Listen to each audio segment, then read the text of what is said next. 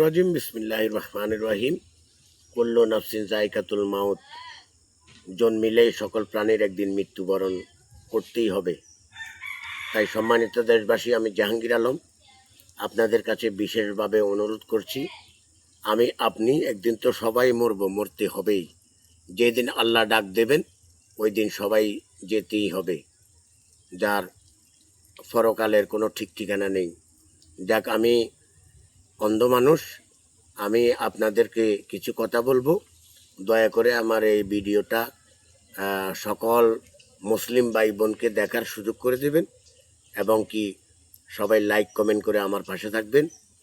আমি আপনাদের কারো ভাই, কারো ভাতিজা, কারো ছেলের মতো, কারো বড় ভাই, কারো ছোট ভাই, কেউ আমার কথাতে রাগ করবেন না।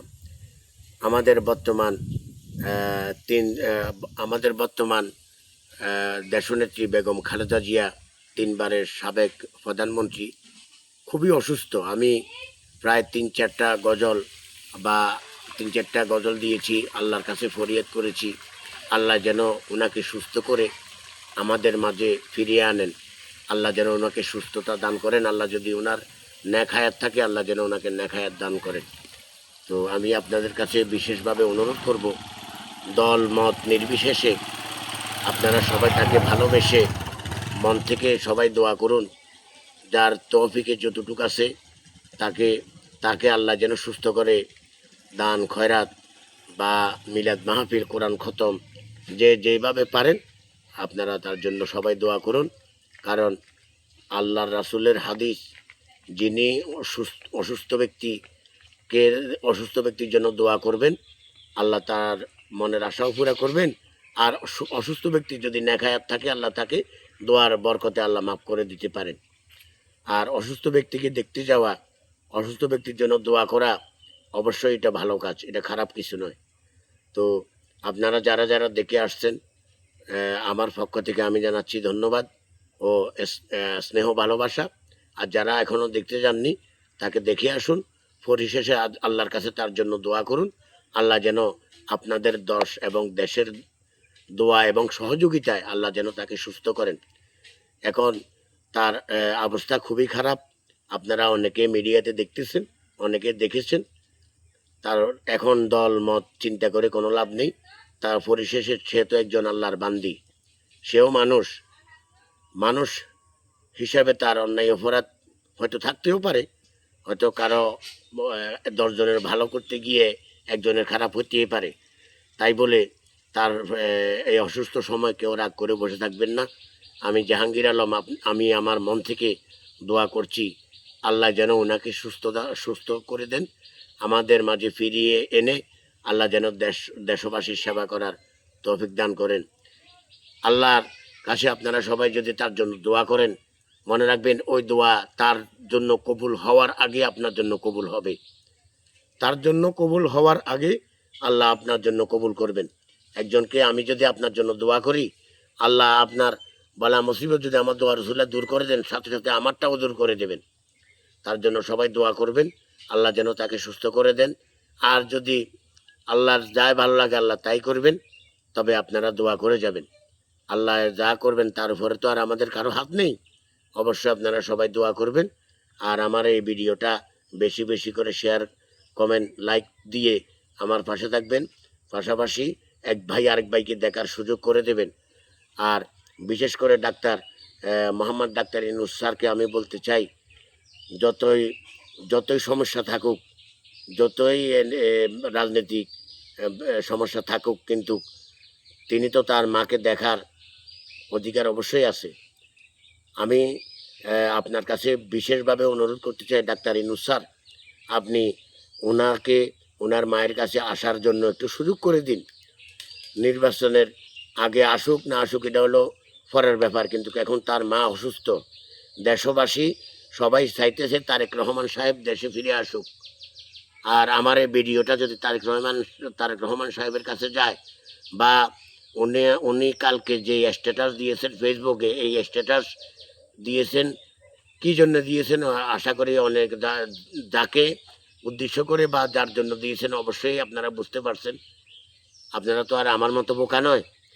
তো নির্বাচন বা রাজনৈতিক ইস্যু হলো পরে, আগে তার মায়ের জীবন।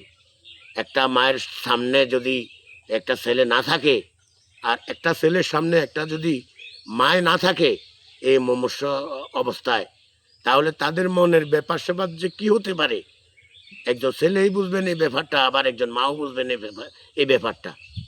আপনারা রাজনৈতিক হিসাবে হলো অন্য কথা, কিন্তু তার মা এখন মুমূর্ষু অবস্থায় আছে, তো তার মার দিকে তাকিয়ে হলো যত রকমের সুবিধা, যত রকমের ফেসিলিটি দেওয়ার দরকার, আপনারা তাকে ওই ফ্যাসিলিটি দেবেন।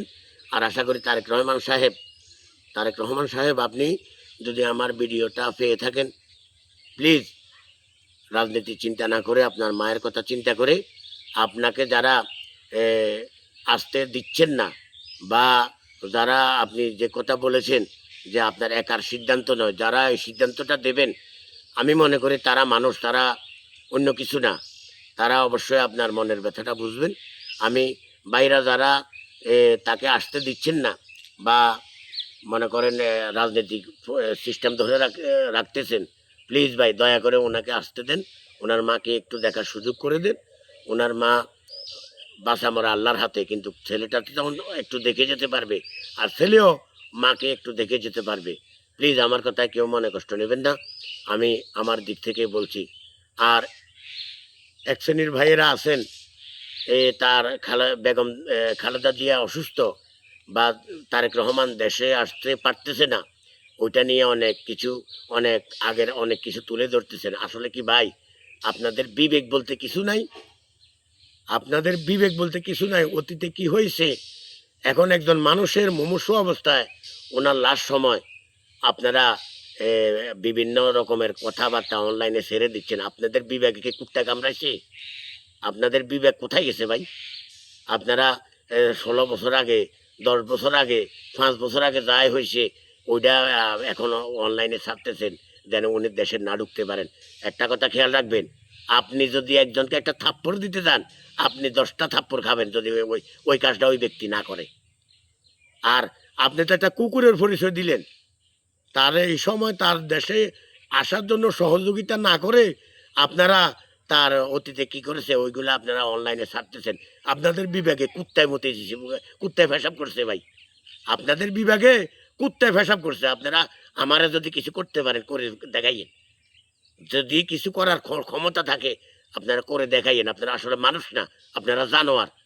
কারণ একজন ছেলে একজন মাকে, তার মাকে দেখতে পারতেছে না, আর তার মায় তার ছেলেকে দেখতে পারতেছে না, সে একজন মুমূর্ষ রোগী। কিন্তু আপনারা এই সুযোগটা কাজে লাগিয়ে আপনারা অনলাইনে অতীতের ইয়াগুলো আপনারা ছাড়তেছেন। আপনারা মনে করেন পিছনের কথাগুলো মানুষকে বুঝাইতেছেন। আপনারা কুকুরের চেয়েও খারাপ, আপনারা কুকুর। আমি মনে করি আপনারা কুকুর। পারলে আমারে কিছু করে দেখাইয়েন, হায়াত মৌত আল্লাহর হাতে, যদি পারেন কিছু করে দিয়েন। আমি আপনাদেরকে বলে দিলাম, আপনারা কিছু করিয়েন, কারণ আপনারা তো কুকুর। কুকুরের তো কোনো স্বভাব থাকে না, কুকুরের কোনো দিনও স্বভাব থাকে না। আপনারা তার জন্য দোয়া না করে, আপনারা তাকে দেশে আসতে সহযোগিতা না করে আপনারা কি করতেছেন, তার অতীতের কথাগুলো আপনারা টানতেছেন। তো এরকম আপনাদেরকে একদিন হবে না? আল্লাহ কি আপনাদেরকে একদিন ধরবে না? হ্যাঁ, উনি অন্যায় করেছে, আমি মনে করি উনি অন্যায় করছে। অন্যায় করলে বলার সময় আছে, তো বলার সময় এখনো যায়নি, বলার সময় আছে, এখনো বলার সময় যায়নি। কিন্তু আপনারা যে আচরণটা করতেছেন, আশিম কাতি মাসে কুকুরে যে রকম আচরণ করে তার চেয়েও জঘন্য আচরণ করতেছেন আপনারা। আপনারা মানুষ না, আপনারা কুকুর। তো যাক, আমার কথায় কেউ মনে কষ্ট নেবেন না। আমার কথায় মনে কষ্ট না নিয়ে আমার এই ভিডিওটা সবাই দেখার সুযোগ করে দিন। আর একজন ইসলামিক কিছু দল আপনারা রাজনীতি করতেছেন, আপনারা আন্দোলন করতেছেন, করেন। আপনারা আন্দোলন করতেছেন, হ্যাঁ না ভোটের জন্য আপনারা রাস্তায় সংগ্রাম করতেছেন, অবশ্যই করবেন, সমস্যা নেই। কিন্তু উনি তো একটু অসুস্থ, আপনারা তো একটা মাথায় রাখতে হবে। আপনারা একটু মাথায় রাখবেন, প্লিজ ভাই, রাগ করবেন না আমার কথায়। আপনারা ইসলামের জন্য আন্দোলন করতেছেন, করেন। আপনারা ন্যায্য অধিকার পাওয়ার জন্য আন্দোলন করতেছেন, অবশ্যই করবেন। কিন্তু আপনারা একটু তার জন্য দোয়া করেন, এখন আল্লাহ যেন তাকে সুস্থ করে। আর যদি সুস্থ না করে আল্লাহর ব্যাপার, আপনারা তার জন্য আন্দোলন করেন, অসুবিধা নেই, করেন। কিন্তু ওই যে এক ধরনের কিছু কুকুর আছে না, এই কুকুরের মতো, ওদের মতো আপনারা আশা করে আচরণ করবেন না। আমার কথা কেউ মনে কষ্ট নেবেন না। আমার কথা কেউ রাগ করবেন না। আশা করি সবাই ভালো থাকবেন। আল্লাহ সবাই সুস্বাস্থ্য কামনা করুক। আল্লাহ সবার মনের নেক আশাগুলো পুরা করুক। আল্লাহ সবার মনের আশাগুলো পুরা করুক। এই বলেই আমি আমার কথাগুলো শেষ করলাম। আসসালামু আলাইকুম ওয়া রাহমাতুল্লাহি ওয়া বারাকাতুহু।